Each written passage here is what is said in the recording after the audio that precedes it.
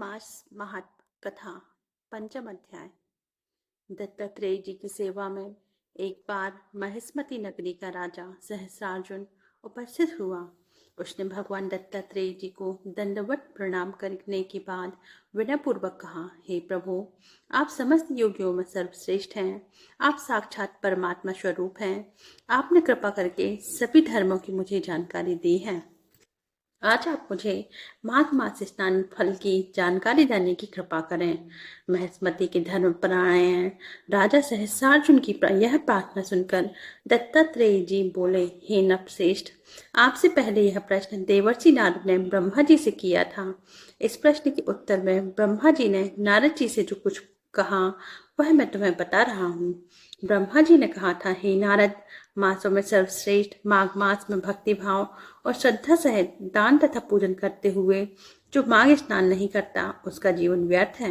जिस प्रकार सूर्य के प्रकाश से दिन होता है, चंद्रमा से रात्रि की तथा तारों की शोभा है और दीपक से घर की शोभा बढ़ती है, वैसे ही माघ मास के स्नान के फल से जीवन सुशोभित तथा प्रकाशित होता है।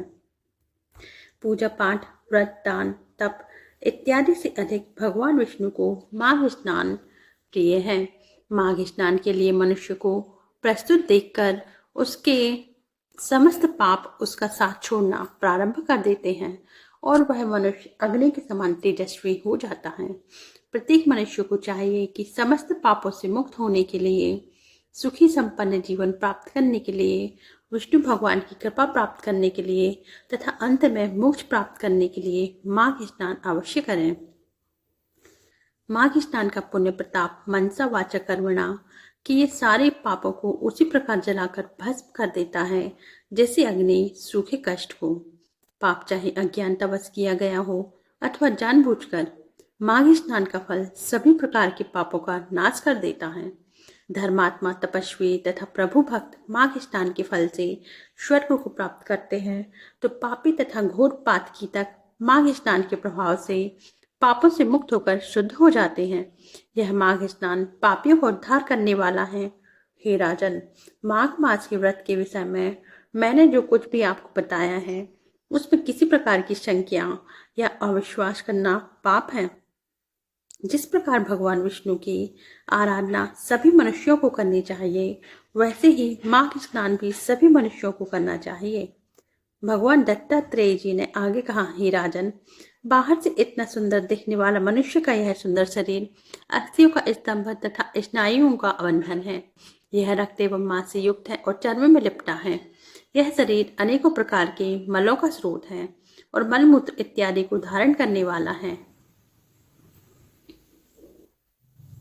तो मोह, दुख, द्वेष, विपत्तियों तथा अनेकों शारीरिक एवं मानसिक संतापों से घिरा है। यह शरीर निंदा, निर्दयता, द्रोह तथा अनेकों दुखदायी कष्टों से घिरा है। इस शरीर की स्वभाव से ही अधर्म और पाप की रुचि तथा प्रवृत्ति रहती है। काम, क्रोध, लोभ, मोह, मद इत्यादि समस्त नरक के द्वार मानव शरीर में है। वासनाओं एवं इच्छाओं में डूबे रहना तथा ईर्ष्या करना इस मानव शरीर का स्वभाव है। मृत्यु के बाद यह मानव शरीर नष्ट माना जाता है।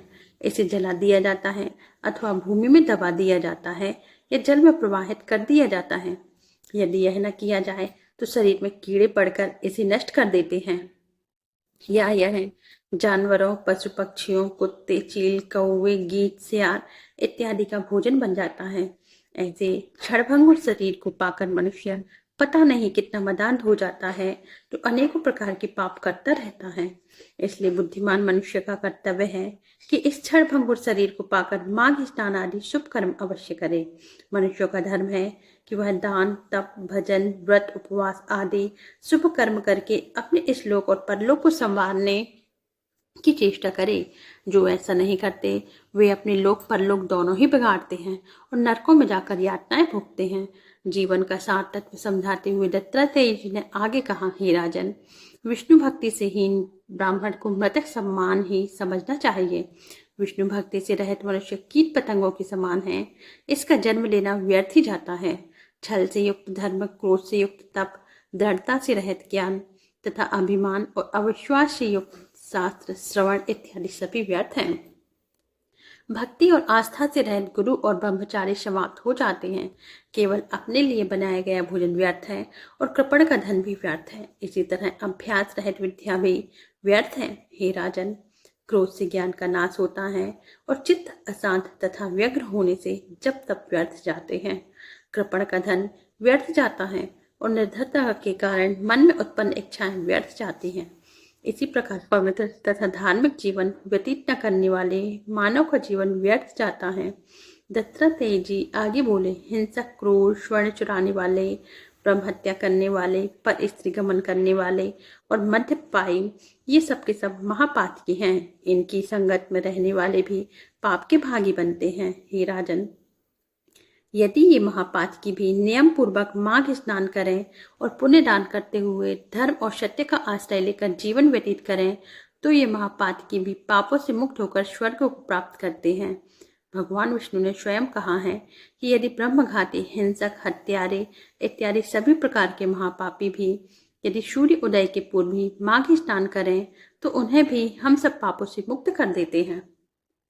हे राजन, जब माघ स्नान की कृपा से महापाप की मुक्त हो जाते हैं, साधारण और छोटे पापों से मुक्ति तो सहज ही स्पष्ट है। इसलिए महापापनाशी माघ स्नान अवश्य करना चाहिए। जिस समय ब्रह्म मुहूर्त में मनुष्य माघ स्नान प्रारंभ करता है, उस समय उसके पाप इस तरह कंपायमान होने लग जाते हैं, जिस प्रकार प्रचंड वायु वेग से पीपल के पत्ते कांपने लगते हैं। माघ स्नान करने से मनुष्य उसी प्रकार पवित्र हो जाता है जिस प्रकार साधना से तपा हुआ तपस्वी। उसके अज्ञान, पाप और मोह का नाश होकर उसका अंतःकरण पवित्र हो जाता है। यदि मन और वचन से शुद्ध होकर मुक्ति की कामना से माघ स्नान किया जाए, तो मनुष्य को अवश्य ही मुक्ति प्राप्त होती है। भगवान दत्तात्रेय जी ने आगे कहा, हे राजन, अब आप माघ स्नान के चमत्कारी प्रभाव से जुड़ी एक आश्चर्यजनक कथा को सुनिए। महर्षि भृगु जी के वंश में उत्पन्न एक परम साध्वी और धार्मिक ऋषि वाली ऋषिका नाम की एक ब्राह्मणी थी। दुर्भाग्यवश ऋषिका ब्राह्मणी अपने बाल्यकाल में ही विधवा हो गई थी। उसने बाल वैधव्य के दुख से दुखी होकर घोर तपस्या की। विंध्याचल क्षेत्र में रेवा और कपिला के संगम पर अमरकंटक तीर्थ में जाकर ऋषिका ने घोर तप किया। वह सदाचार का पालन करती हुई भगवान विष्णु की भक्ति में लीन होकर उग्र तप करने लगी। ऋषिका का स्वभाव सुशील और धर्मपरायण था। वह अपनी स्थिति अनुसार दान भी करती रहती थी। वह प्रतिदिन हवन, पूजन एवं दान करने के पश्चात भगवान और ब्राह्मणों को भोग अर्पित करने के बाद छठवें पहर में भोजन करती थी। वह ब्राह्मणी नर्मदा के किनारे कृच्छ और तप्त कृच्छ व्रतों को भी विधिपूर्वक करती थी। इस प्रकार तपस्वी ब्राह्मणी ने रेवा और कपिला के संगम पर 60 मास अर्थात 5 वर्षों तक स्नान किया। कठोर व्रतों और तप से ऋषिका की काया अत्यंत जर्जर हो गई तथा आयु भोग पूरा कर वह उसी तीर्थ में मर गई। माघ स्नान के पुण्य प्रभाव से वह 4000 युगों तक विष्णु लोक में निवास करती हुई दिव्य सुख प्राप्त करती रही। इसके पश्चात ब्रह्मलोक में वह तिलोत्तमा नाम से अवतीर्ण हुई। दीप्यमान रत्न के समान दमकते तिलोत्तमा के सौंदर्य को देखकर देवता भी मोहित हो जाते थे। वह सूक्ष्मांगी सौंदर्य का प्रकाश थी तथा सुंदरता में अप्सराओं से भी श्रेष्ठ थी। उसके निर्माण से संतुष्ट तथा सुंदरता से प्रभावित ब्रह्मा जी ने एक दिन उससे कहा, हे पुत्री, दैत्यों का विनाश करने के लिए तुम शीघ्र ही यहाँ से प्रस्थान करो। संसार को अपने अत्याचारों से घोर दुखी करने वाले शुंड और उपशुंड नामक महाबली दुष्ट दैत्यों का नाश करके संसार में अहिंसा, अभय, ईश्वर भक्ति तथा धर्म की स्थापना करो। ब्रह्मा जी से प्रेरणा पाकर देवी तिलोत्तमा हाथ में वीणा धारण कर आकाश मार्ग से पृथ्वी पर आई और उस स्थान पर गई जहाँ सुंद और उपसुंद नामक दुष्ट और अत्याचारी देव शत्रु दैत्य उपस्थित थे। वहां आकर उस देवी तिलोत्तमा ने रेवा के पवित्र जल में स्नान करके दिव्य भड़कीले सुंदर लाल रंग के वस्त्रों को धारण किया। इसके पश्चात तिलोत्तमा ने वीणा बजाना प्रारंभ किया और इसके साथ ही उसके नुपुर भी गतिमान होकर मधुर शब्द करने लगे। उसके कंठ में सुंदर श्वेत मोतियों की माला तथा कानों में कुंडल थे और गोदों में चमेली के सुंदर सुगंधित पुष्प शोभायमान थे। देवी तिलोत्तमा अशोक वृक्ष के नीचे बैठकर बीड़ा बजाने लगी और साथ ही उन्होंने मधुर स्वर में गायन भी प्रारंभ कर दिया। सौंदर्य और संगीत की देवी तिलोत्तमा को अशोक वन में गायन वादन करते देखकर सुंदर उपसुंदर के सैनिक आश्चर्यजनक रह गए। वे कुछ समय तक मुग्ध होकर उसे देखते रहे और फिर अपने अपने स्वामी दैत्यराज को सूचना देने के लिए दौड़ पड़े। के पास पहुंचकर दैत्य अनुचरों ने विनम्र निवेदन किया, हे महाबली, आज हमने अशोक वन में एक अति सुंदर देवी देखी है। वह कामदेव की पत्नी रति से भी अधिक रूपवती है। उसकी सुंदरता दिव्य व असाधारण है। निश्चय ही वह रूपवती स्त्री तीनों लोकों में सर्वश्रेष्ठ है। हम नहीं जानते हैं कि वह अप्सरा है या यक्षिणी है अथवा नाग कन्या है। वह सुंदरी यहाँ से कुछ ही दूरी पर अशोक वन में विराजमान है। कृपया स्वयं चलकर उस सुंदरी को देखिए। उसे देखते ही आप चकित रह जाएंगे। अपने अनुचरों द्वारा अज्ञात सुंदरी की प्रशंसा सुनकर वे दोनों दैत्यराज मध्य पान त्याग कर उठ बैठे।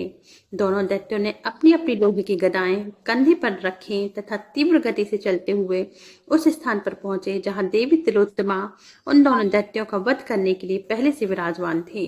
दोनों दैत्य देवी के समीप आकर खड़े हो गए। उस समय मद्यपान के प्रभाव से दोनों ही दैत्य उन्मत्त हो रहे थे। उन्होंने देवी तिलोत्तमा से कहा, हे सुंदरी, तुम सुंदरता में अद्वितीय हो तथा स्त्री रत्न हो। हम दोनों भाई बल और शक्ति में अजय हैं। हम चाहते हैं कि हम दोनों में जिसे चाहो उसे अपना पति स्वीकार कर लो। हमसे श्रेष्ठ पति पाना तुम्हारे लिए दुर्लभ है। दैत्यों के ऐसे वचन सुनकर देवी तिलोत्तमा उन पर कटाक्ष कर उन्हें मुग्ध और संबोधित करते हुए बोली, हे दैत्यों, पहले इसका निर्णय होना चाहिए कि तुम दोनों में कौन अधिक बलवान है। तुम दोनों में जो अधिक बली होगा मैं उसी के साथ विवाह कर लूंगी। दोनों ही दैत्य स्वभाव से क्रूर तथा कामी तो थे ही। देवी की सुंदरता ने उन्हें बुरी तरह भ्रमित और वासना पीड़ित कर दिया था। दोनों अट्टहास कर चिल्लाए, मैं महाबली हूँ, मैं महाबली हूँ। इसके साथ ही वे दोनों अपनी लोहे की गदाएं लेकर एक दूसरे पर टूट पड़े। थोड़ी ही देर में दोनों एक दूसरे के प्रहारों से घायल होकर रक्त से लथपथ हो गए। फिर भी भयानक प्रहार करते हुए लड़ते रहे और लड़ते लड़ते ही दोनों परस्पर प्रहारों से घायल होकर मर गए। उन दोनों को मृत देखकर दैत्य सेना में हाहाकार मच गया। दैत्यगण कहने लगे, यह साक्षात मृत्यु की तरह काल रात्रि रूपी देवी कौन है? क्षण भर में यह क्या हो गया? अब इस देवी का सामना कौन करेगा? इस प्रकार कहते हुए समस्त दैत्य पाताल लोक को चले गए। दैत्यों के पलायन के पश्चात देवी तिलोत्तमा 10 दिशाओं को प्रकाशित करती हुई आकाश मार्ग से ब्रह्मलोक में लौट गई और वहां जाकर ब्रह्मा जी के सामने उपस्थित हो गई। ब्रह्मा जी ने देवी तिलोत्तमा को अपने सम्मुख आया देखकर आनंद से पुलकित होकर कहा, देवी, आपके इस अलौकिक कार्य से मैं अत्यंत प्रसन्न हूँ। मैं प्रसन्न होकर आपको सूर्य के रथ में स्थान देता हूँ। जब तक सूर्य देव रहेंगे तब तक आप अनेकों दिव्य आनंदों का भोग करते हुए सूर्य देव के साथ रहेंगे। यह कथा सुनाने के पश्चात दत्तात्रेय जी ने आगे कहा, हे राजन, सहस्रार्जुन माघ स्नान के पुण्य प्रताप से ही पूर्व जन्म की वह ब्राह्मणी ऋषिका का अभी भी अप्सराओं में श्रेष्ठ बनकर सूर्य लोक में माघ स्नान का फल भोग रही हैं। अतएव परम गति चाहने वालों को माघ स्नान अवश्य करना चाहिए। इसके करने के बाद मनुष्य के लिए कोई धार्मिक पुरुषार्थ शेष नहीं रहता है। दक्षिणा सहित किए गए माघ स्नान की समानता यज्ञ भी नहीं कर सकते। तीर्थ स्थल पर किए गए माघ स्नान की समानता कोई भी अन्य पुण्य कार्य नहीं कर सकता है। तीर्थ पर किए माघ स्नान से महापाप नष्ट होते हैं तथा मनुष्य को मोक्ष प्राप्त होता है। अतएव जो मनुष्य श्रद्धा तथा भक्ति से युक्त होकर माघ स्नान करेंगे वे समस्त सुखों को प्राप्त करते हुए स्वर्ग में भी दिव्य सुख भोगेंगे। जो मनुष्य इस अध्याय की कथा को प्रेम से सुनेंगे और वर्णन करेंगे वे भी समस्त पापों से पुण्य होकर मुक्त होकर स्वर्ग और ईश्वर की विशेष कृपाएं प्राप्त करेंगे। उन्हें परमात्मा की परम भक्ति प्राप्त होगी। इति श्री पद्म पुराणे माघ महात्म्ये पंचमोऽध्यायः समाप्तः।